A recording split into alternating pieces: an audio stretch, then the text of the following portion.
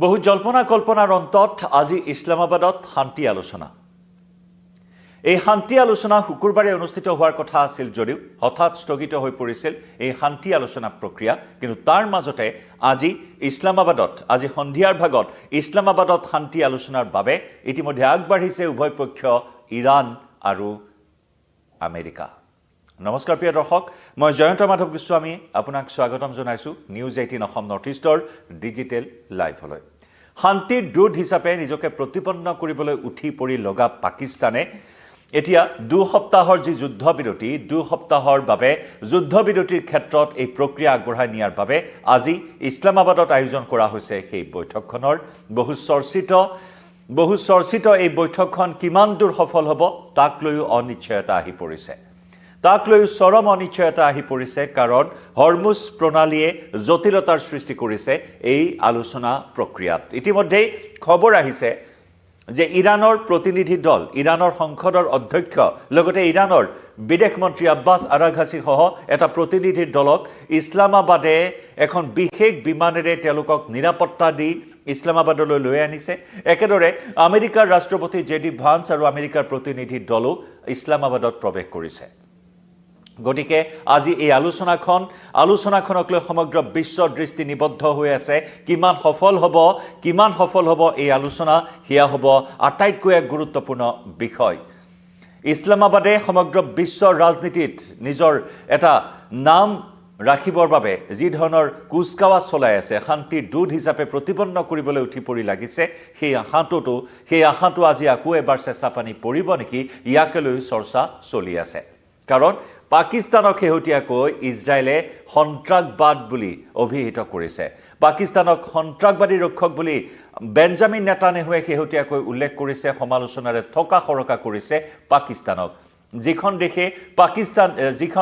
দেশে সন্ত্ৰাসবাদীক প্ৰশ্ৰয় দি আহিছে, সন্ত্ৰাসবাদী কাৰ্যকলাপক সাৰ পানী যোগাই আহিছে, সেইখন দেশে আকৌ শান্তিৰ কথা কয়। এনেদৰে সমালোচনাৰে থকা সৰকা কৰিছে পাকিস্তানক বেঞ্জামিন নেতানেহুৱে। এই আলোচনা কালত বেঞ্জামিন নেতানেহুক পাকিস্তানৰ প্ৰতিৰক্ষা মন্ত্ৰীগৰাকীয়ে অতি বিতৰ্কিত মন্তব্যৰে সমালোচনা কৰিছিল যে মানৱতাৰ বাবে ইজৰাইল অভিশাপস্বৰূপ, সমগ্ৰ বিশ্বৰ বাবে ইজৰাইল কেঞ্চাৰ সদৃশ, এনেধৰণৰ বিৰূপ মন্তব্যৰে ইজৰাইলক সমালোচনা কৰিছিল। ইজৰাইলৰ প্ৰধানমন্ত্ৰী বেঞ্জামিন নেতানেহুক সমালোচনা কৰিছিল, যিয়ে এইখন দেশ সৃষ্টি কৰিলে সি ৰৌ নৰকত পচিব, নানা ধৰণৰ বিতৰ্কিত মন্তব্য কৰিছিল খ্বাজা আসিফে। আৰু অৱশেষত খ্বাজা আসিফে সেই বিতৰ্কিত পোষ্ট ডিলিট কৰিবলৈ বাধ্য হৈছিল। পাকিস্তানৰ জেনেৰেল আসিফ মুনিৰৰ নিৰ্দেশত সেই বিতৰ্কিত পোষ্ট ডিলিট কৰিবলৈ বাধ্য হৈছিল। আৰু তাৰ পিছতে ইজৰাইলৰ ফালৰ পৰা কোৱা হৈছে, যিখন দেশে শান্তিৰ বাবে কুচকাৱাজ কৰিছে সেইখন দেশৰ মুখত এনেধৰণৰ মন্তব্য শোভা নাপায়। পাকিস্তানক সন্ত্ৰাসবাদীৰ দেশ বুলি অভিহিত কৰিছে ইজৰাইলে। মন কৰিবলগীয়া যে বুধবাৰে পুৱাৰ ভাগত যি যুদ্ধবিৰতিত উভয় পক্ষই সন্মতি প্ৰদান কৰিছিল, ইছলামাবাদে মধ্যস্থতাকাৰী ৰূপে যি 2 সপ্তাহৰ যুদ্ধবিৰতিৰ প্ৰস্তাৱ আগবঢ়াইছিল, তাত ট্ৰাম্পৰ ফালৰ পৰাও ইৰাণৰ ফালৰ পৰাও সন্মতি প্ৰদান কৰা হৈছিল। আৰু তাৰ পিছতে এই শান্তি আলোচনাৰ প্ৰক্ৰিয়াৰ বাবে আগবাঢ়ি আহিছে উভয় পক্ষ। আমি ইতিমধ্যে উল্লেখ কৰিছোঁ যে এখন বিশেষ বিমানেৰে ইৰাণৰ প্ৰতিনিধিক ইছলামাবাদলৈ লৈ আহিছে পাকিস্তানে, য'ত 2-3খন অন্য বিমানেৰে নিৰাপত্তা দি এই ইৰাণৰ প্ৰতিনিধি দলটোক লৈ আহিছে ইছলামাবাদলৈ। আৰু ঠিক তেনেদৰে আমেৰিকাৰ উপৰাষ্ট্ৰপতি জেডি ভান্স সহ প্ৰতিনিধি দলটো ইছলামাবাদত প্ৰৱেশ কৰা বুলি ইতিমধ্যেই জানিব পৰা হৈছে। গতিকে আজি সন্ধিয়াৰ ভাগত এই বৈঠক, কিন্তু এই বৈঠকত এতিয়া বাধাৰ সৃষ্টি হ'ব পাৰে হৰমুজ প্ৰণালীক লৈ ইৰাণে যি কঠোৰ স্থিতি গ্ৰহণ কৰি আহিছে,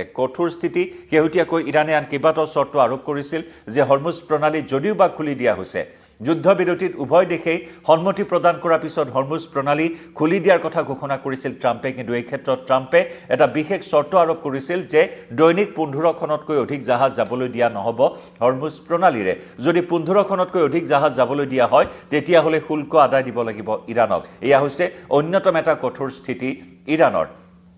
লগতে ইৰাণে আন কেইবাটাও চৰ্ত আৰোপ কৰিছে যদিও এই হৰমুজ প্ৰণালীৰ চৰ্তটোৱে আজিৰ আলোচনাৰ মূল বিষয় হ'ব বুলি কোৱা হৈছে ইতিমধ্যে বিশ্লেষকসকলে যুদ্ধ বিশেষজ্ঞসকলেও এই কথাৰ ওপৰতে গুৰুত্ব প্ৰদান কৰিছে যে এই শান্তি আলোচনা হ'ব ইৰাণৰ এই মূল চৰ্ত হৰমুজ প্ৰণালীৰ ওপৰতে যিটো চৰ্ত ইৰাণে বান্ধি দিছে যে 15খন জাহাজৰ অধিক জাহাজ অতিক্ৰম কৰিব নোৱাৰিব আৰু যদিহে যায় তেতিয়াহ'লে ইৰাণক শুল্ক বা কৰ কাটল আদায় দিব লাগিব এয়া হৈছে ইৰাণৰ প্ৰধান চৰ্ত একেদৰে বিদেশত ইৰাণৰ যিসমূহ সম্পত্তি জব্দ হৈ আছে সেই সম্পত্তিসমূহ মোকলাই দিব লাগিব আৰু আলোচনা যিসমূহ সিদ্ধান্ত গ্ৰহণ কৰা হয় সেই সিদ্ধান্তসমূহ ৰাষ্ট্ৰসংঘত লিখিত ৰূপত থাকিব লাগিব আৰু ৰাষ্ট্ৰসংঘই স্বীকৃতি প্ৰদান কৰিব লাগিব এয়া হৈছে অন্যতম এটা চৰ্ত আৰু মধ্যপ্ৰাচ্যত বা পশ্চিম এছিয়াত আমেৰিকাৰ যিসমূহ সামৰিক ঘাটি আছে সেই সামৰিক ঘাটিসমূহ থাকিব নোৱাৰিব একেদৰে ইজৰাইলে লেবাননৰ ওপৰত আক্ৰমণ চলাব নোৱাৰিব এনে নানান চৰ্ত ইতিমধ্যে ইৰাণে আৰোপ কৰিছে আৰু এই যে যুদ্ধবিৰতি হৈছে যুদ্ধবিৰতিৰ 24 ঘণ্টা নহওঁতেই কিন্তু লেবাননত ইজৰাইলৰ ফালৰ পৰা ধাৰাবাহিক ৰূপত আক্ৰমণ চলি আছে নিৰবিচ্ছিন্ন আক্ৰমণ উপৰ্যুপৰি আক্ৰমণত ইতিমধ্যে হিজবুল্লাহৰ ঘাটিত চলোৱা এই অভিযানত প্ৰায় 3 শতাধিক লোকৰ মৃত্যু হৈছে এই পৰ্যন্ত যাক লৈ ইৰাণ যথেষ্ট ক্ষুব্ধ হৈ পৰিছে ইৰাণে কৈছে যে যুদ্ধবিৰতি যদি হয় তেতিয়াহ'লে সৰ্বত্ৰে হ'ব লাগিব কোনো নিৰ্দিষ্ট এলেকাত হ'লে নহ'ব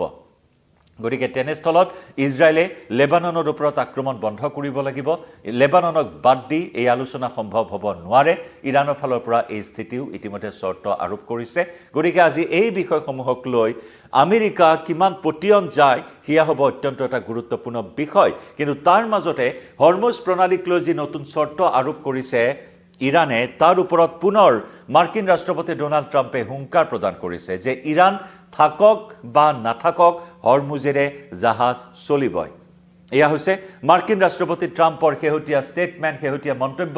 আলোচনাৰ পূৰ্বে শান্তি আলোচনাৰ পূৰ্বে ট্ৰাম্পৰ এই স্থিতিয়েও আচলতে আলোচনাত কৰবাত জটি পেলাব নেকি ইয়াকে লৈ চৰ্চা এই মুহূৰ্তত তুংগত মাৰ্কিন ৰাষ্ট্ৰপতি ট্ৰাম্পে পুনৰ হুংকাৰ প্ৰদান কৰি কৈছে যে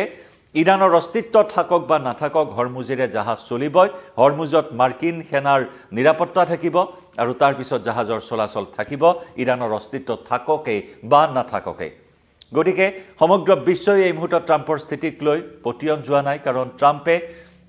মুহূৰ্তে স্থিতি সলনি কৰিছে পুৱা যদি আন এটা কৈছে আন এটা সন্ধিয়াৰ ভাগত আন এটা কথা কৈছে নিশাৰ ভাগত আৰু উলটাখৰ মাৰিছে ইউটাৰ্ণ মাৰিছে মাৰ্কিন ৰাষ্ট্ৰপতি ডোনাল্ড ট্ৰাম্পে গতিকে ট্ৰাম্পৰ এই স্থিতিসমূহক লৈ ইৰাণ আশ্বস্ত হ'ব পৰা নাই ইৰাণে কৈছে যে ট্ৰাম্পে এনেধৰণৰ যুদ্ধবিৰতিৰ কথা বাৰম্বাৰ ঘোষণা কৰিছে যদিও তৎমুহূৰ্ততে স্থিতি সলনি কৰি ইৰাণৰ ওপৰত আমেৰিকায়ো আক্ৰমণ চলাই আছে গতিকে মাৰ্কিন ৰাষ্ট্ৰপতি ট্ৰাম্পকো বিশ্বাসত ল'ব নোৱাৰি ইৰাণৰ ফালৰ পৰাও এইখিনি কথাও কোৱা হৈছে গতিকে তেনেস্থলত এতিয়া ইছলামাবাদে যি ধৰণৰ কুচকাৱাজ কৰিছে যি ধৰণেৰে নিজকে আমি পুনৰ জনাইছো শান্তিৰ দূত হিচাপে প্ৰতিপন্ন কৰিবৰ বাবে উঠি পৰি লাগিছে ইছলামাবাদ যে আকৌ এবাৰ ফ্লপ শ্বট পৰিণত হ'ব পাকিস্তানৰ এই কুচকাৱাজ যে আকৌ এবাৰ ফ্লপ শ্বট পৰিণত হ'ব সেই কথাও কিন্তু নুই কৰা নাই বিশ্বৰ আগশাৰীৰ যুদ্ধ বিশেষজ্ঞসকলে যি পাকিস্তানে সন্ত্ৰাসবাদীক প্ৰশ্ৰয় দি আহিছে যি পাকিস্তানে ভাৰতৰ বিৰুদ্ধেও ছায়াযুদ্ধ খেলি আহিছে সন্ত্ৰাসবাদীক ভাৰতত প্ৰৱেশ কৰোৱাই ভাৰতত ৰক্তাক্ত হিংসাত্মক কাৰ্যকলাপ অব্যাহত ৰাখিছে আৰু সেই পাকিস্তান যি পাকিস্তানে এতিয়া আমেৰিকাক তৈলমৰ্দন কৰিবৰ বাবে বা সমগ্ৰ বিশ্বৰ সন্মুখত নিজৰ এটা ভাৱমূৰ্তি ৰাখিবৰ বাবে এনেধৰণৰ কুচকাৱাজ চলোৱাটো সমালোচিত হৈছে বিশেষকৈ ইজৰাইলৰ ফালৰ পৰা যথেষ্ট ৰূপত সমালোচিত হৈছে ইজৰাইলে কৈছে যে পাকিস্তান সন্ত্ৰাসবাদীৰ দেশ গতিকে সন্ত্ৰাসবাদীৰ দেশ এখনে এই শান্তি আলোচনাৰ ভাগ লোৱাটো শোভা নাপায় ইয়া ইজৰাইলৰ প্ৰধানমন্ত্ৰী বেঞ্জামিন নেতান্যাহুৰ প্ৰতিক্ৰিয়া আমি জনাই যাম এই আলোচনা কি হয় কাৰণ প্ৰতি মুহূৰ্তত মাৰ্কিন ৰাষ্ট্ৰপতি ট্ৰাম্পৰ স্থিতি সলনি হৈ আছে আৰু হৰমুজে আজিৰ শান্তি আলোচনাত পুনৰ জটিলতা আনিব বুলি ইতিমধ্যে চৰ্চা চলিছে সমগ্ৰ বিশ্বজুৰি